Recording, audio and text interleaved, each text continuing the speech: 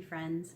It's Crystal Bell here from the Scrap Tree, and I am finally back sharing a video for you. I know it's been forever, I think 2 years since I've done a video. So I figured it was well past time for me to do it. And I've got a super fun card for you. One that I think is kind of unusual. I hope that you'll think it is. I've got this one here. So we're gonna make this one, and the reason it's kind of fun is because it's a pop-up. So you actually get a little birthday cake. Isn't that fun? So I'm gonna show you how we'll make this one. It's got lots of fun goodies from the 2018 Stampin' Up! Occasions catalog. So great paper. The stamps are also part of the Sale-A-Bration that's going on right now. So hopefully you'll really like this. So check it out. So let's start by doing the stamping. And I've got the 3 stamps here I'm going to use. Let's do the cakes first, actually.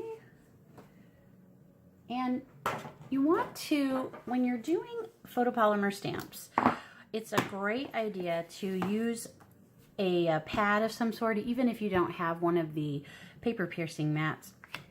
You could use the, like a mouse pad if you have one. They work great, especially for solid stamps like this one.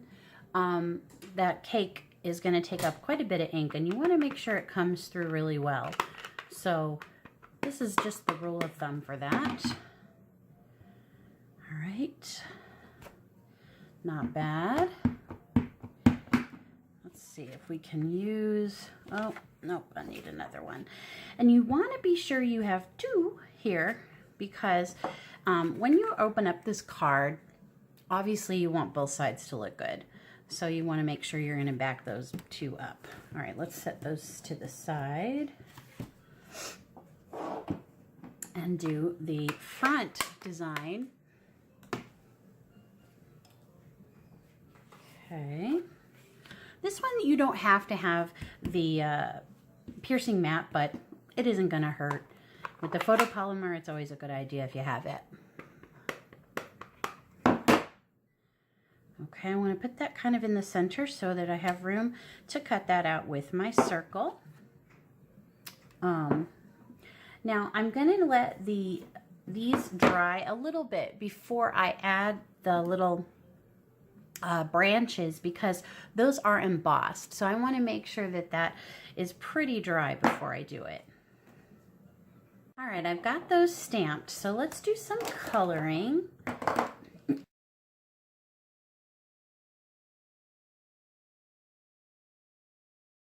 All right, we've got that colored, so I'm going to set that aside, and I'm going to put those cute little white leaves on here.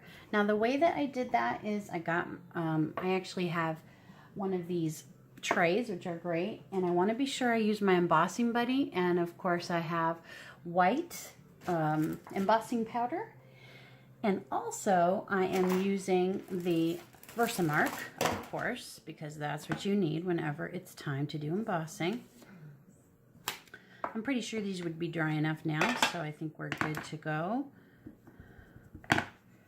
Okay, now I just chose to do some random leaves. You're not going to be able to see this. I kind of tried to make it look like they were coming out from each other, and I am going to do both of them right now. Be a little quick if you can, getting those on there, just to make sure the Versamark doesn't have any time to dry. Oh, I forgot the embossing buddy, didn't I? Well, let's hope it works okay.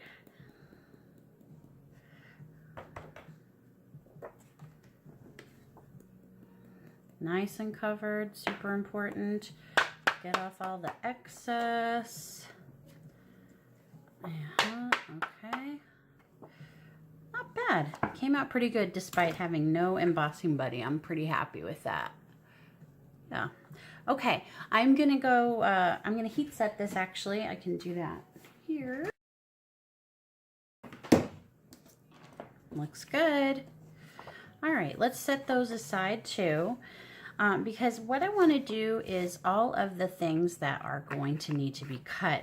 Hey, I am back with all my cut pieces. I chose to do the Amazing and the Flirty Flamingo, and I've got I've got the Celebrate here. I wanted to actually get that out. I wanted to show you guys, I always use my paper piercer now. Sometimes if it's a super detailed die, then I will use the little rolling brush, which is great for getting stuff like that out. But this is a super handy tool for getting those little tiny bits out that you need. So I've got all my pieces ready. And you know, before I assemble, I'm going to show you the most important part of making the card, so that you know how to get this piece right here where it opens up and you get to see the nice little cake in there. So you want to start with a regular cut card or A2 size card. So this one is 5.5 by 8.5.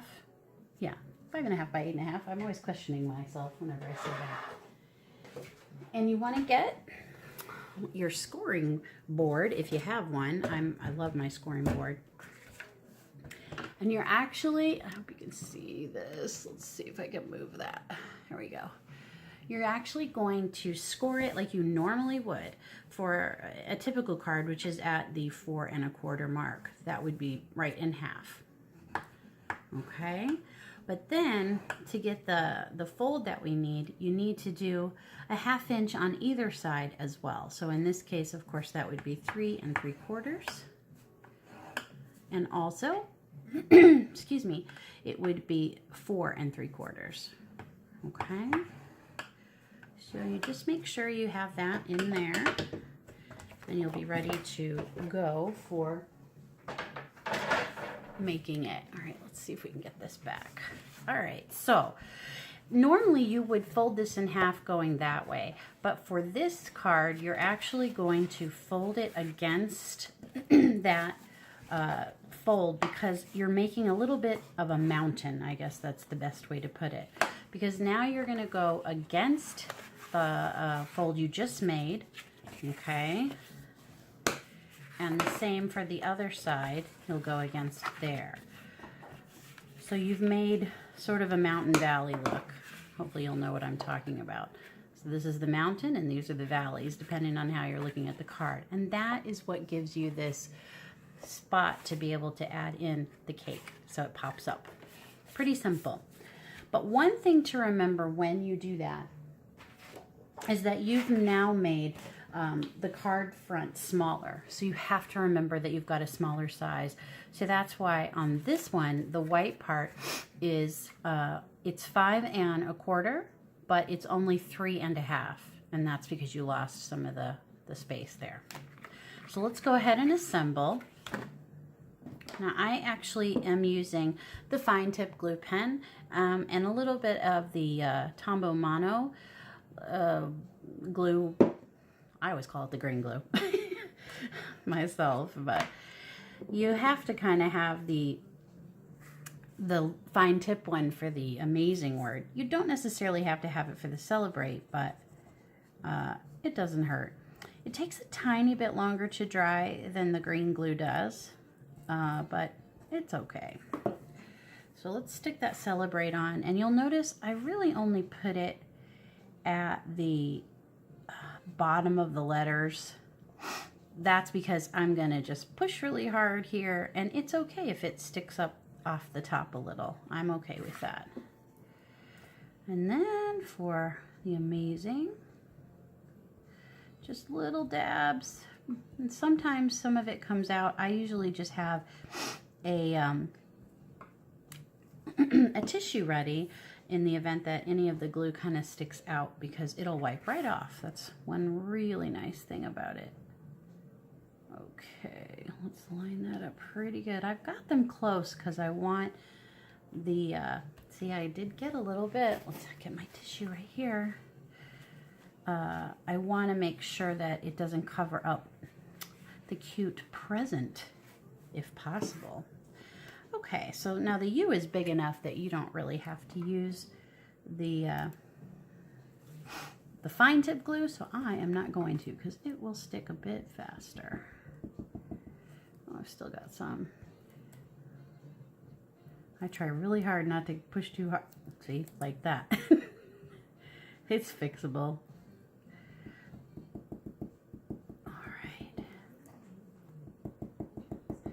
There also are these adhesive sheets that would probably be a super handy thing for this, which I should have thought of using, but I didn't. So since I've got some extra, I'm going to wipe that away.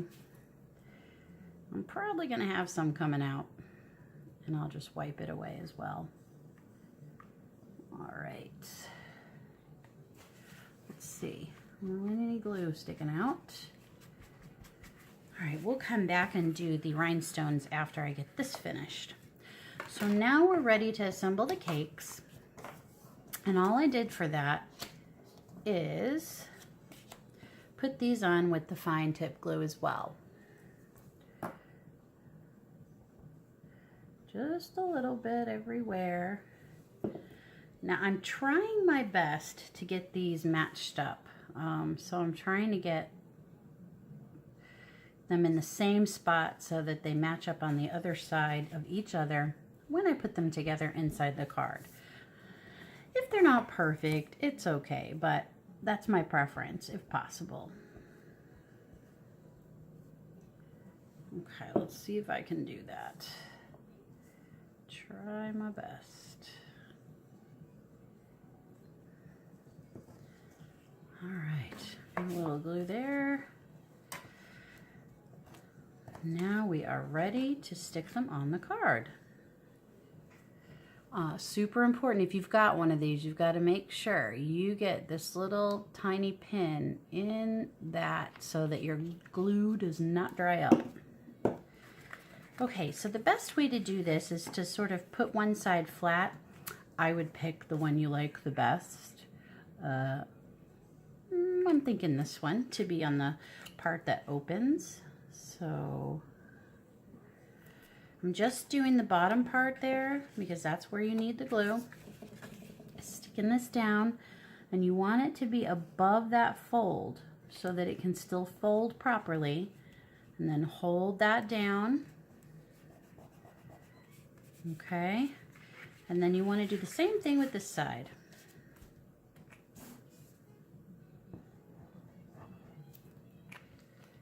Okay. And this is the part where you want to try your best to match it up if you can. Don't go past the fold part. One reason why this green glue is good is you get a little wiggle room when you're putting it down, so you can try to match these up pretty well. I'm not perfect here, but that's okay. The cakes are pretty well lined up even though the topping is not. So once you've got that on there, you want to put some glue in between the two as well. All right, and do that. Just enough glue so that it can stick really well.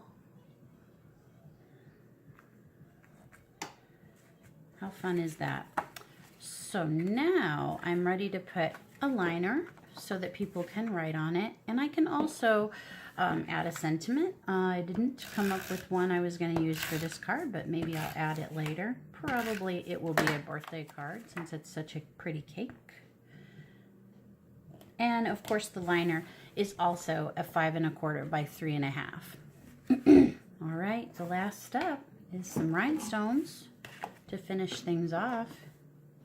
And that is all there is to this card.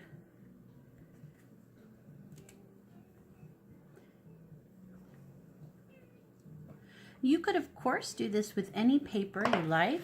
I rather like this new paper. In fact, let me show you the page in the Occasions catalog, because there's a whole set of Sweet Soiree items. I used this paper, and I used this stamp set, and many of the items from the matching framelit, the sweet cake framelit dies. So I hope you enjoyed the card, and maybe you'll go and try to make one yourself. Thanks for stopping by.